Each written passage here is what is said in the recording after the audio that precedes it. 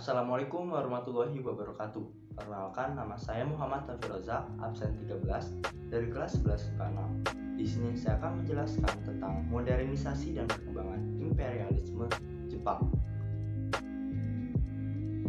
Modernisasi Jepang.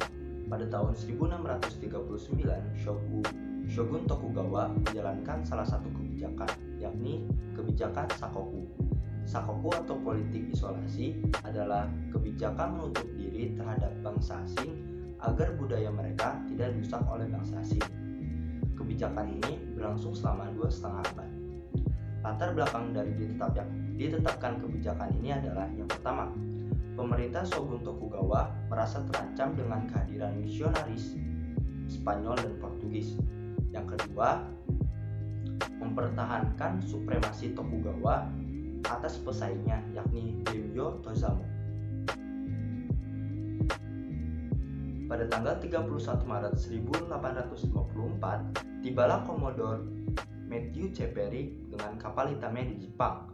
Kedikdayaan militer Amerika Serikat memaksa Jepang menandatangani Konvensi Kanagawa pada tahun 1854 antara Perry dan pemerintahan Shogun Tokugawa. Dikarenakan oleh perjanjian Shimoda dan terbukanya Jepang bagi bangsa asing, gerakan-gerakan pro-kaisar dan anti-shogun semakin kuat. Akibatnya terjadi pemberontakan dan pemerintahan Jepang jatuh ke tangan Kaisar Komei yang mencabut kebijakan Sakoku. Pada tahun 1868, Kaisar Meiji membentuk Restorasi Meiji.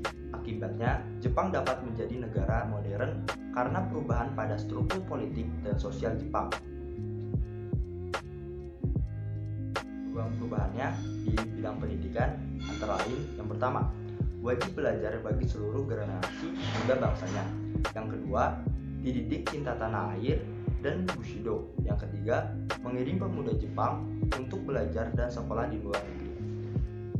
Dalam bidang sosial antara lain, yang pertama, menghapus 4 kasta dari masyarakat Jepang. Yang ketiga, melarang adat istiadat yang bersifat feodalis.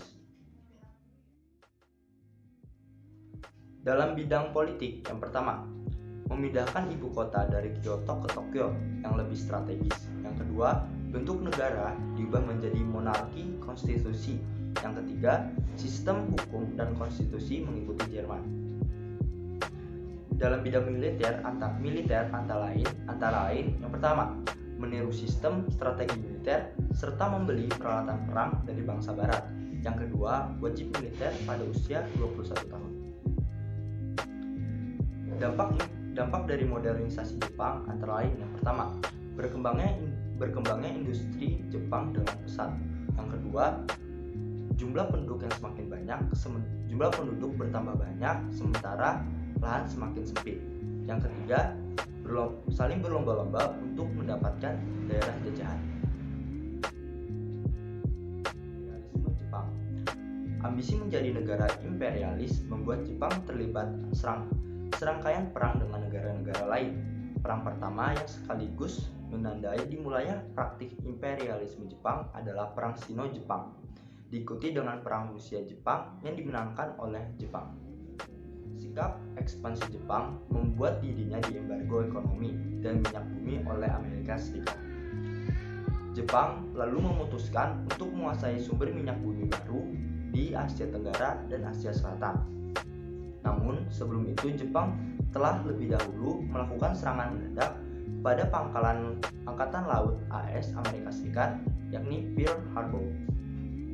Tindakan Jepang dalam memeras sumber daya alam adalah dengan pemaksaan penanaman pohon jarak. Pohon ini digunakan Jepang untuk melumasi mesin pesawat terbangnya. Selain itu, Jepang juga memanfaatkan sumber daya manusia Indonesia agar mendapat simpati dari masyarakat Indonesia, serta membantu Jepang dalam industri dan kampanye perang Jepang. Sekian dari saya, kurang lebihnya mohon maaf. Wassalamualaikum warahmatullahi wabarakatuh.